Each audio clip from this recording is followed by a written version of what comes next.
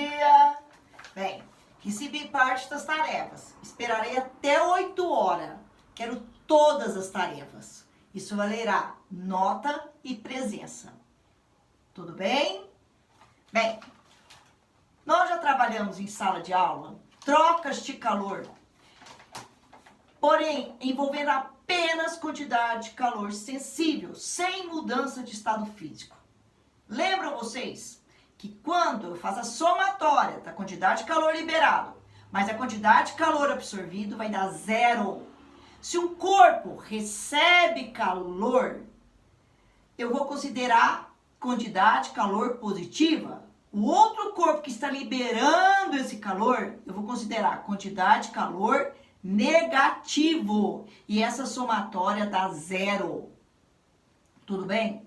O processo é o mesmo, só que agora vocês têm que prestar atenção que haverá mudança de estado físico, certo? Bem, nós vamos hoje estudar a aula 6 da frente 3, com exercício 2 e 3. Vamos começar com o exercício 2.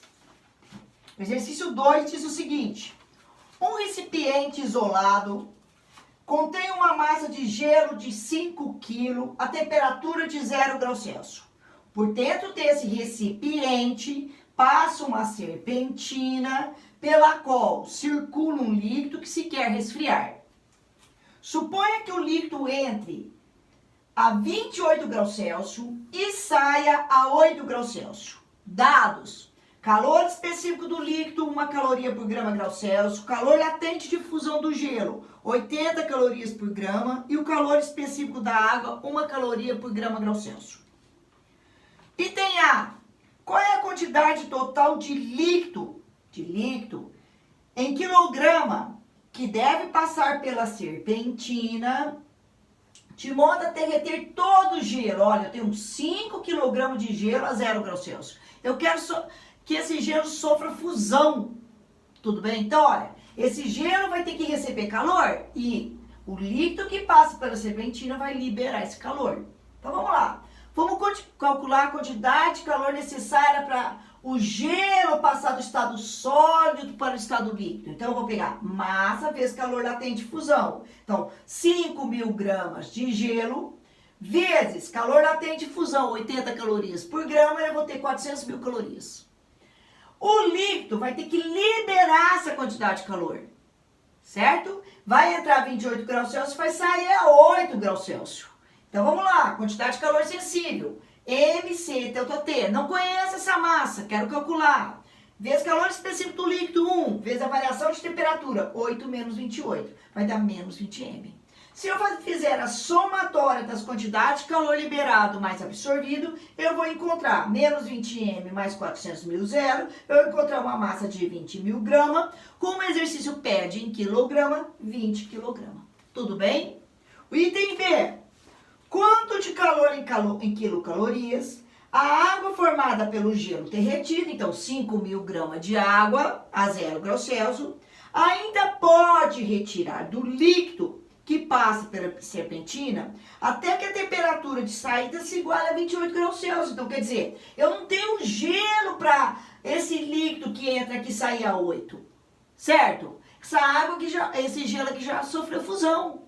Tudo bem? Então, o gelo vai chegar o quê? Esse líquido vai entrar a 28, certo? E vai sair a 28. E essa água do gelo vai variar de 0 a 28, que é a temperatura do líquido que está saindo aqui. Entenderam a pergunta? Então, o que eu vou calcular? Se houve variação de temperatura, quantidade de calor sensível. Massa vezes calor específico da água vezes ΔT. Quanto que eu tenho de água? 5.000 gramas. Vezes 1 vezes 28 menos 0. Eu vou ter 140.000 calorias, com uma resposta que é em quilocalorias, 140 quilocalorias. Tudo bem? Exercício 3.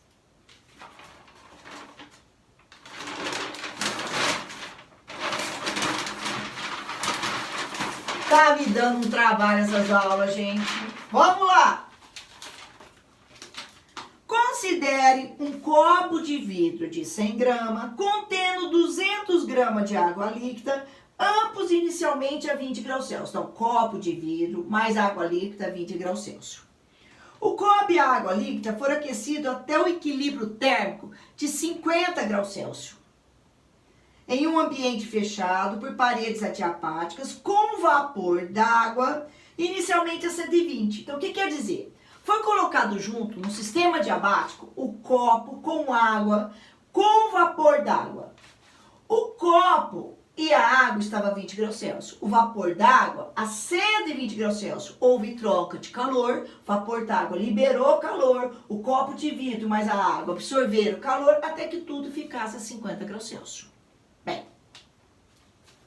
a tabela apresenta valores de calor específico e latente das substâncias envolvidas nesse processo. Considerando os dados da tabela, que todo o calor perdido pelo vapor tenha sido absorvido pelo copo com água líquida e que o processo tenha ocorrido ao nível do mar, calcule a quantidade de calor em calorias necessária para elevar a temperatura da água líquida de 20 graus Celsius para 50 graus Celsius. Olha, a água não está contida no copo, certo? Ambos não estavam a 20 graus Celsius. Eu quero saber qual que é a quantidade de calor absorvido por eles para chegar a 50 graus Celsius. Vamos calcular do copo? Então, ó, como houve variação de temperatura, quantidade de calor sensível. Então, ó, massa do copo vezes calor específico do copo vezes variação de temperatura do copo. Então, ó, 100 vezes 0,2, 50 menos 20. Eu tenho 600 calorias. Então, o copo vai precisar de 600 calorias. E a água que está contida? Olha, mesma coisa, variou de temperatura, quantidade de calor sensível, massa, calor específico da água vezes delta T. Então, 200 vezes 1, 50 menos 20. Eu vou ter 6.000 calorias. Então, quanto que foi necessário? 600 mais 6.000, 6.600 calorias. Tudo bem? Bem. No B, calcule a massa de vapor d'água em gramas necessária para elevar a temperatura do copo com água líquida até atingir o equilíbrio térmico de 50 graus Celsius. Olha, o copo e a água líquida não saíram de 20 graus Celsius, não chegaram até 50 graus Celsius. Não precisaram absorver 6.600 calorias. Quem doou essas 6.600 calorias? Foi o vapor d'água. Esse vapor d'água, o que ele teve que fazer? Ó, saiu de 120 graus Celsius, abaixou a temperatura até 100. Aqui sofreu liquefação. Presta atenção que na tabela, o calor latente de liquefação está menos 540 calorias por grama. O que quer dizer isso? Por que menos? Porque foi um calor liberado, certo? Bem, depois que eu tinha água líquida 100 graus Celsius, eu resfriei essa água até 50 graus Celsius. Esse foi o calor liberado para o copo com água. Vamos calcular? Olha, Q1, que é esfriar esse vapor d'água de 120 a 100. Quantidade de calor sensível. Então, massa do vapor d'água vezes meio, 100 menos 120. Temperatura final menos a inicial, menos 10 M. Negativo porque é calor liberado. Q2, mudança de estado físico, liquefação. Massa vezes calor latente de liquefação. Então, massa vezes menos 540. Menos 540 M. Negativo, olha. Calor liberado, presta atenção.